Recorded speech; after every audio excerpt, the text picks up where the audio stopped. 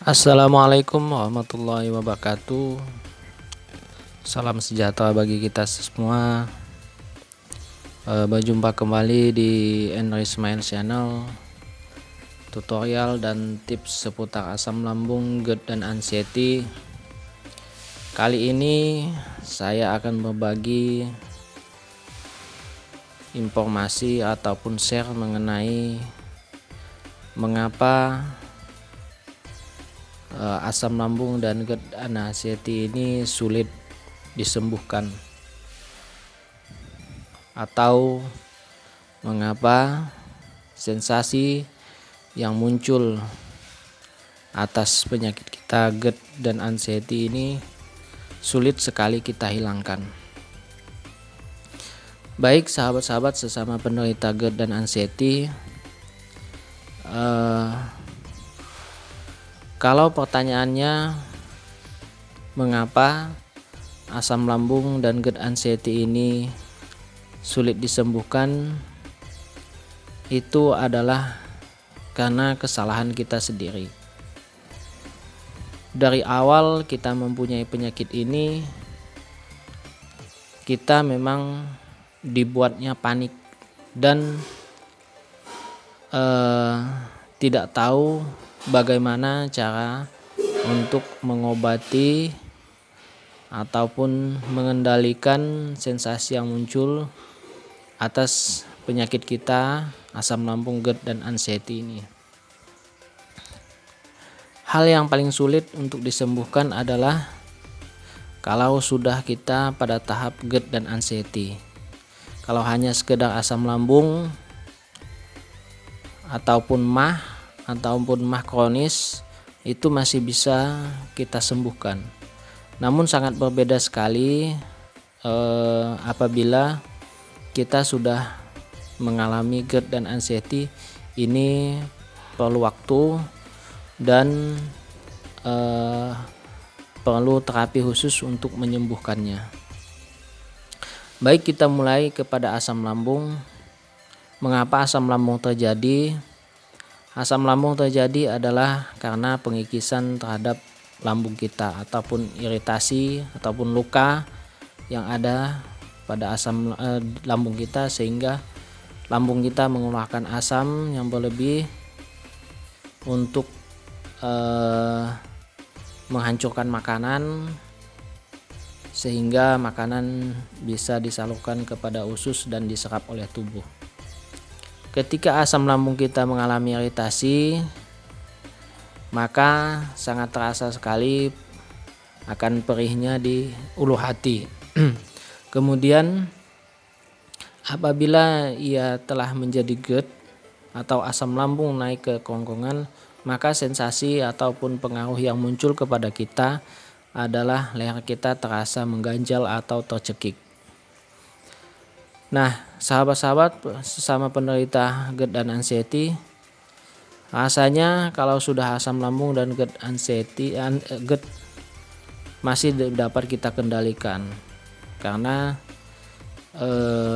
kita hanya merasakan perih di dada terasa panas, kemudian tenggorokan terasa mengganjal, perut terasa agak memang sakit. Tetapi kalau sudah anxiety ini adalah kecemasan, ketakutan yang berlebihan, kemudian kekhawatiran. Nah, ini akan berpengaruh kepada saraf kita ataupun pikiran bawah sadar kita. Nah, ketika asam lambung, GERD dan anxiety ini muncul, kecemasan ini muncul, maka pikiran-pikiran negatif kita juga akan muncul. Maka dari itu sensasi yang muncul seringkali sulit sekali kita kendalikan. Apa itu aja sensasinya? Yaitu seperti keliengan, pusing, mual, kemudian leher terasa kaku, dan rasa tidak enak di perut.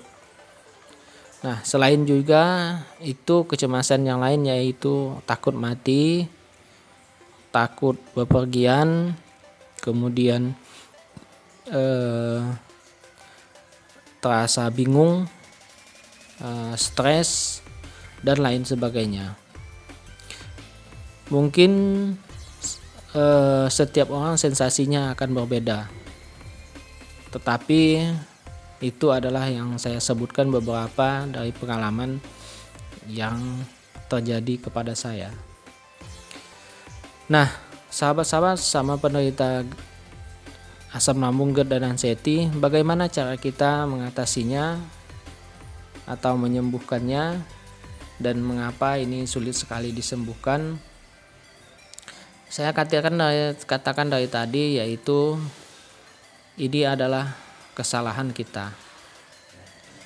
Yang harus kita lakukan adalah kita harus, yang pertama, kalau asam lambung, GERD dan anxiety kita ada pada diri kita, yaitu kita harus menyadari betul bahwa penyakit ini ada pada kita, dan ini adalah benar-benar penyakit asam lambung, GERD dan anxiety. Kita tidak menghubung-hubungkan penyakit ini dengan penyakit-penyakit lain yang kita derita, ataupun penyakit-penyakit lain yang terjadi akibat dari asam lambung ini. Ini hanya asam lambung. Kita yakinkan dalam diri kita ini hanya asam lambung, GERD dan anxiety.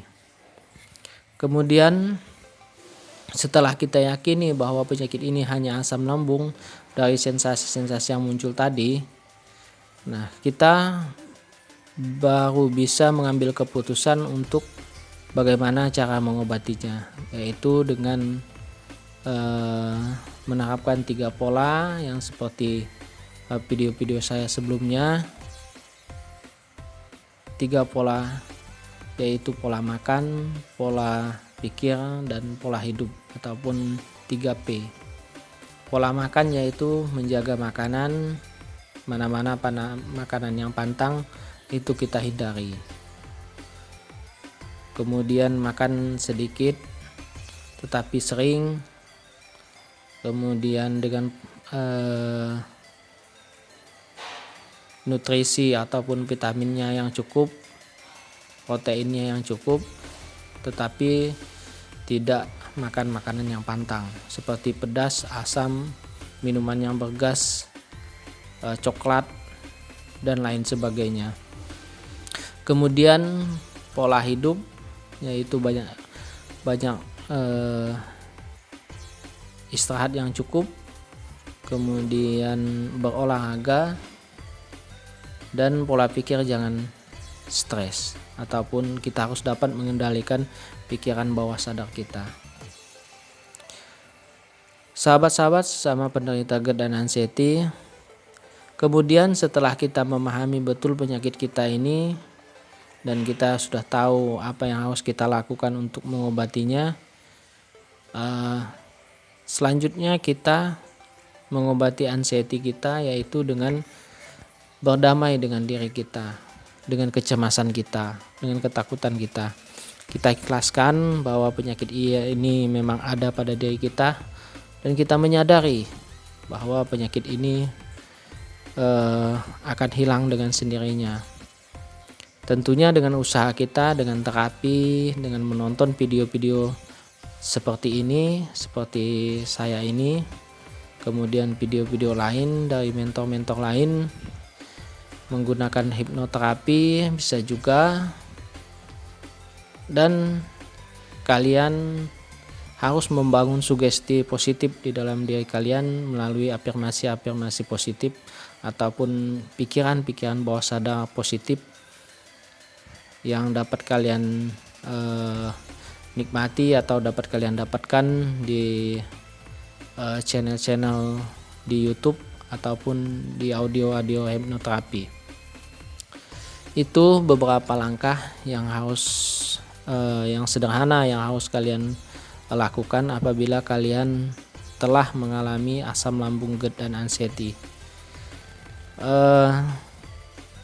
Pengobatan yang dilakukan baik itu pengobatan medis maupun pengobatan tradisional atau herbal dapat kalian lakukan. Kalau misalkan kalian sudah memahami bahwa kalian ini menderita asam lambung, silakan kalian konsultasi ke penyakit dalam atau penyakit lambung, ataupun jika kalian sudah mengalami anxiety dan sudah merasakan sensasi-sensasi seperti yang saya sebutkan tadi, kalian bisa konsultasi ke psikiater ataupun psikolog. Dan tidak usah sungkan, tidak usah malu untuk berkonsultasi juga kepada saya di kolom komentar. Karena mudah-mudahan saya dengan pengalaman penyakit ini yang saya derita, saya bisa membagikan apa-apa tips ataupun apa-apa langkah yang harus kalian lakukan untuk mengobati atau mengurangi rasa sensasi yang muncul dari penyakit GERD dan anxiety asam lambung ini. Mungkin itu yang dapat saya sampaikan. Terima kasih atas perhatian. Assalamualaikum warahmatullahi wabarakatuh dan salam sejahtera bagi kita semua.